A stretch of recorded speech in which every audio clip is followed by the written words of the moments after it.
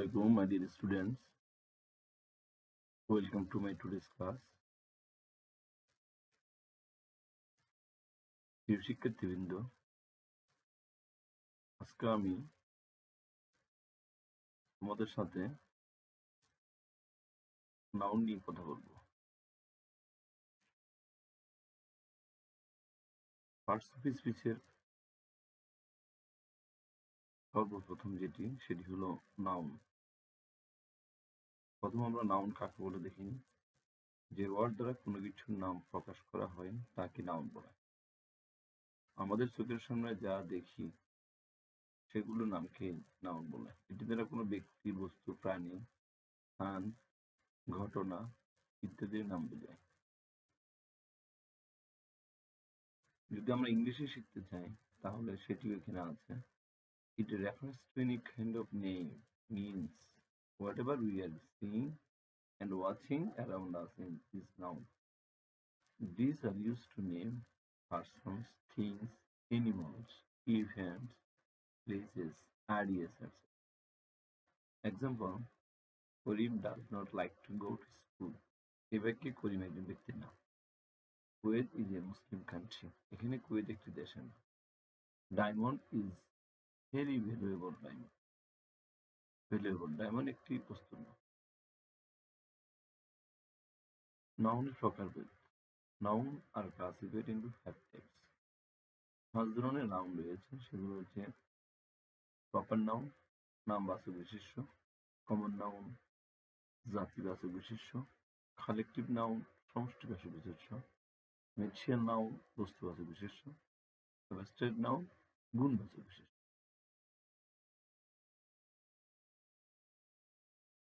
শিক্ষার্থীবৃন্দ, ভিডিওটি পজ করে তোমরা এগুলো লিখে নিতে পারবে। প্রথমে আসি প্রপার নাউন, নামবাচক বিশেষ্য। যে নাউন দ্বারা কোনো নির্দিষ্ট ব্যক্তি, বস্তু বা স্থানের নাম বোঝায় তাকে প্রপার নাউন বলে। ইংলিশে it refers to specific names of persons, things, places, etc. and always starts with a capital letter. Example, I like the story of Shakespeare. We plan to visit Sylhet. Have you ever seen the Taj Mahal?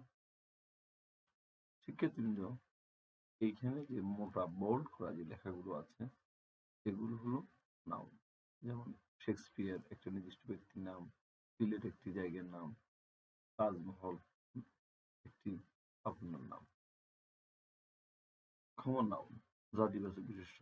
যে noun দ্বারা একই জাতীয় কোনো ব্যক্তি, বস্তু বা প্রাণীকে নির্দিষ্ট করে নাম বুঝিয়ে সে জাতীয় সকলকে একসাথে বোঝায় তাকে কমন নাউন বলে। যেমন student, book, dog, flower. It refers to specific generic names of persons, places, things, etc. It is the opposite of proper noun. Example, Alex is a student. Student দ্বারা সকল ছাত্রছাত্রীকে বোঝানো হয়েছে, নির্দিষ্ট কোনো ছাত্র কিংবা ছাত্রীকে আলাদা করে বোঝায়। Dogs can be very cute. Dog দ্বারা সকল জাতীয় কুকুরকে বোঝানো হয়েছে। এটা যে কোনো জাতের কিংবা ধরনের বা রঙের হতে পারে, যে কোনো দেশের যে কোনো কুকুর। ইউ লাভ ফ্লাওয়ার, এখানে ফ্লাওয়ার দ্বারা সব রকম ফুলকে বোঝানো।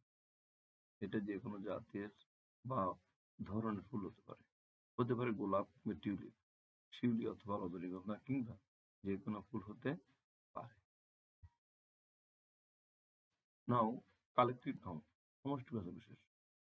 কালেকটিভ নাউন দ্বারা কোনো ব্যক্তি, বস্তু বা প্রাণীর সমষ্টিকে বোঝায়। যেমন club, army, class, family, etc. In English grammar, refers to a group of things, person or anyone. Example, our class took a trip to Sundarban. এখানে class collective noun. Bangladeshi army is doing a great job in UN mission. এখানে army collective noun. Each team contains 11 players. এখানে team collective noun. নাও material noun, বস্তুবাচক বিশেষ্য। যে noun দ্বারা ওজন আছে কিন্তু গণনা করা যায় না এমন কিছু নাম বোঝায় তাকে মেটেরিয়াল নাউন বলে। যেমন gold, glass, salt, iron, silver, cloth, air, milk, etc. It is an uncountable noun. It's a substance or material that we can see and touch but can't count.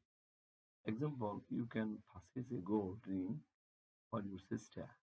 We may attain salt from seawater. Cotton dress is my favorite. এখানে যে bold করা যে ওয়ার্ডগুলো এগুলো হচ্ছে material noun. Dear students, now let's see abstract noun, গুণবাচক বিশেষ্য। যে নাউন দ্বারা কোনো ব্যক্তি কিংবা বস্তুর গুণ, কাজের নাম কিংবা অবস্থা প্রকাশ করা হয় তাকে অ্যাবস্ট্রাক্ট নাউন বলে। যেমন liberty, anger, freedom, kindness, love, happiness, beauty, etc. It expresses ideas, feelings, realizations, and qualities that we can't see, thus hear, taste, or smell. We can understand and imagine it, but can't even see it. It's a feeling, not a physical thing. Example, my love for you cannot be measured. His kindness is his real beauty. Her beauty makes me crazy. So, bold word. The bold words are abstract noun. So, dear students, thank you for watching this video.